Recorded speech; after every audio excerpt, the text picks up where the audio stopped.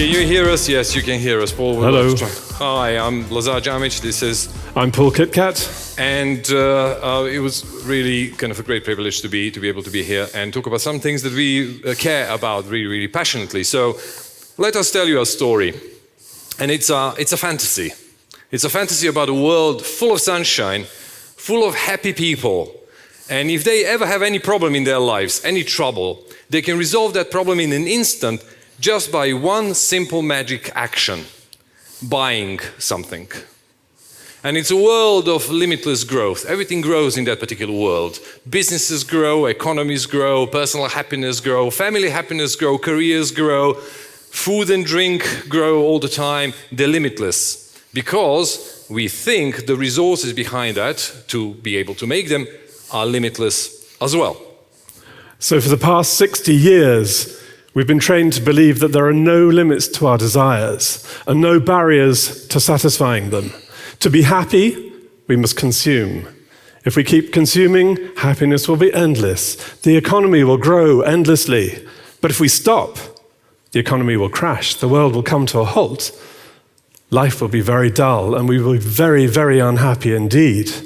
So that's the world we've been trained to sort of live in and to accept. And what happens if things go wrong, like the economic crash in 2008? Did the governments put a stop to the behavior that got us there? No, they didn't. Instead, they've encouraged us to borrow more money and to spend it as fast as we could, because they've told us it's the only way so that things can improve and get better. So as we said, this story definitely is a fantasy. The problems that have been caused by this belief, this world that we've been encouraged to live in, are obvious to us all by now. They're all around us. The world cannot support us if we live like this. The world is polluted and depleted, and it cannot sustain life in this way. I was shocked to discover recently that a supermarket bag, a plastic bag, was found at the bottom of the Mariana Trench, 11 kilometers under the water. Meanwhile, the Pacific garbage patch, which is composed mostly of plastic, is the size of Texas. So it is quite obvious now, beyond any reasonable doubt, that we, the humans, are basically driving the imminent climate catastrophe. And all in the name of growth, which means sustaining and even increasing consumption. So let's have a look at the data.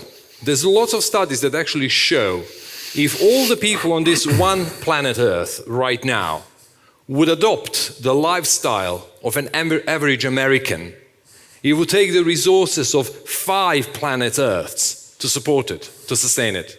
And that's impossible. It's not just the pollution of the planet. There is also cognitive and emotional pollution of ourselves. We are affected by this because the things that we should pay attention to, the things that are actually important in our lives, are being neglected in favor of superficial things like shopping, consumption, and all those things that go with it. In effect, we have become trivial people as a result. And the consequence of this, by 2035, over half the world's population will be obese. Meanwhile, all over the world, addiction clinics are popping up, treating addictions to sex, to technology, to all manner of things, opiates. This is a crisis. And meanwhile, social media drives fear of missing out and spurs us on to ever more consumption, all in the name of profit. So it's quite obvious that we are literally going to hell in a shopping trolley. But the question is, who is helping all those companies sell all that stuff and promote all that stuff? Because somebody is making all those products, all those things, thoughts, emotions, behaviors desirable, trendy, cool. Who is actually helping companies fill in that shopping trolley? Well, there's a particular industry that is excelling in telling stories for money to make us spend money. And that industry, as one very wise industry observer once actually noticed, is training us to spend money we don't have, to buy things we don't need, to impress people who don't care. So basically that's the marketing industry. And the marketing industry presenting itself as very fun, very sexy, very cool. And it's an industry that is actually weaponizing social sciences, weaponizing humanities in order to keep us consuming. And one part of that industry, particular part of the industry we call advertising, is its cavalry, is its figurehead, it's its ramrod in a way. And it's also its siren song. And it's a very persuasive, very deceptive song. It's very difficult to resist. Why? A, it's everywhere. And B, it sings some really catchy tunes. And those tunes are always about the sunny uplands of the advertising land. It's never gloomy in the land of advertising, right? The advertising business sets itself up as a creative enterprise. It's a creative business. It's full of cool, innovative, imaginative people, very fashionable, very lovely. And they will tell you in defense of the industry that they are there to promote freedom of choice, freedom of speech, and they contribute billions to the international economy. What they never talk about is the darkness that lies behind what they do, the destruction of value and values. In effect, the advertising industry is a propaganda machine, just like any other, but a propaganda machine for neoliberal capitalism. So, if the Industrial Revolution was powered by steam, sometimes it feels that the modern economy is powered by hot air.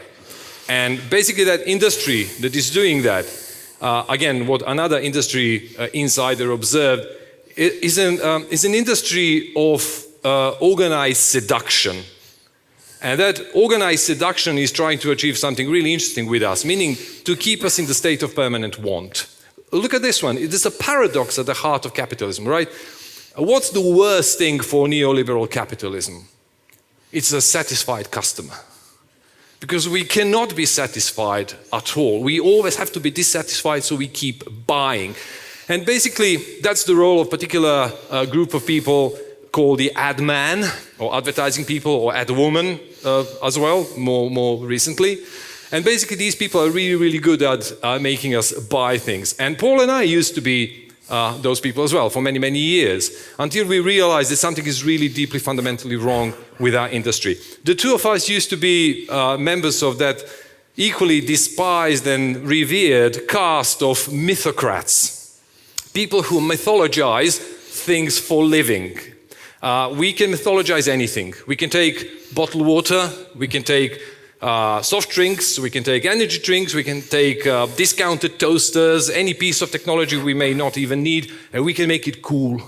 We can make it desirable. We can make it like that so that people want to spend money on it. So Paul and I, how we usually call it between the two of us, have been the dogs of war, hired guns in the never-ending market wars. And then we decided it's time for the industry to start changing a bit.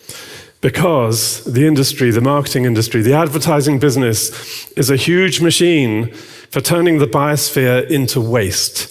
It preys on our cognitive biases. It gets into our heads and into our emotions, and it creates desires that we shouldn't even entertain for a second. It makes us want things that we don't need, as Lazar's already said, and it makes us selfish and trivial.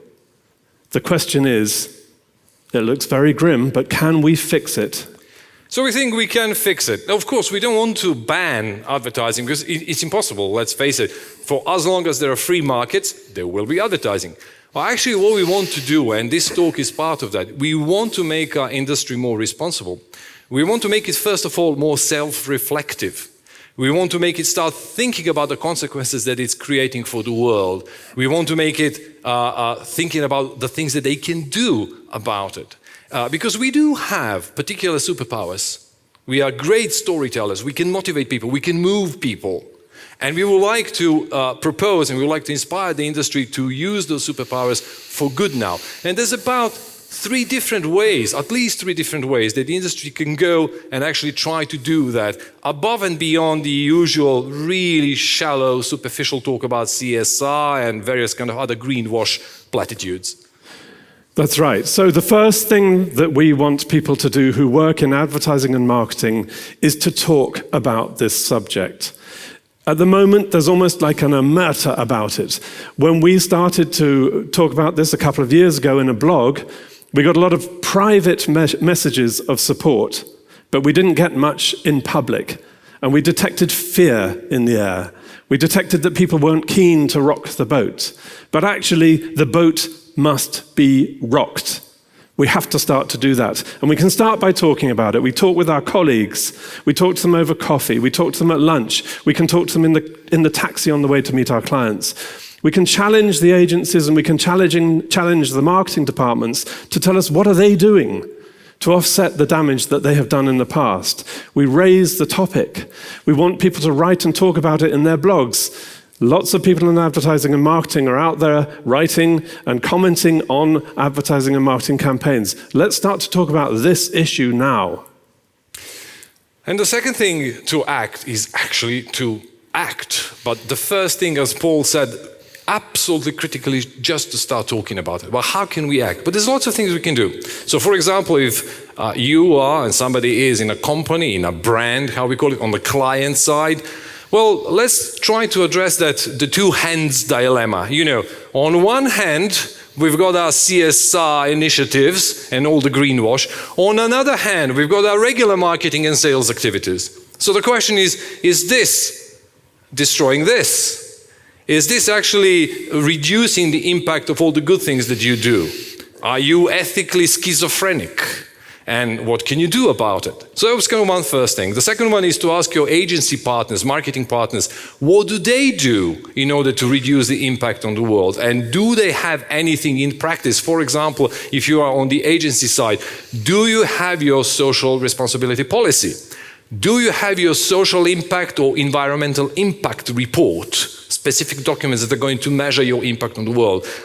It's very, very rare that you're going to find, even in the West, that anybody has anything about that. Even more radical, are we selecting clients that are doing a lot of good things? Are we deselecting and don't want to work with clients who are actually doing a lot of damage to all of us? And we know that they're doing a lot of damage to us, to our health, to our mind, to our children's health. Do we do something about it? And can we start airing the dirty laundry of our industry once and for all? And finally, what we'd like to recommend and we advise everyone to do, we urge people to do, is to give your magic away for free. We have amazing powers to manipulate and to change people's behavior. At the moment, the big brands have all the money, they have all the influence. They pay for our time. But there are voices of opposition. There are organizations that are committed to change, that will oppose those big brands and oppose the damage that is being done to our planet. Right now, their voices are small and squeaky because they can't afford people like us to help them. But they can afford us if we give our time for free, pro bono, in our own time. That's what we should be doing. And it's a kind of karmic offsetting for those of us that have worked in this industry. So karmic offsetting is a really nice phrase kind of to remember and to use. Giving pro bono, absolutely.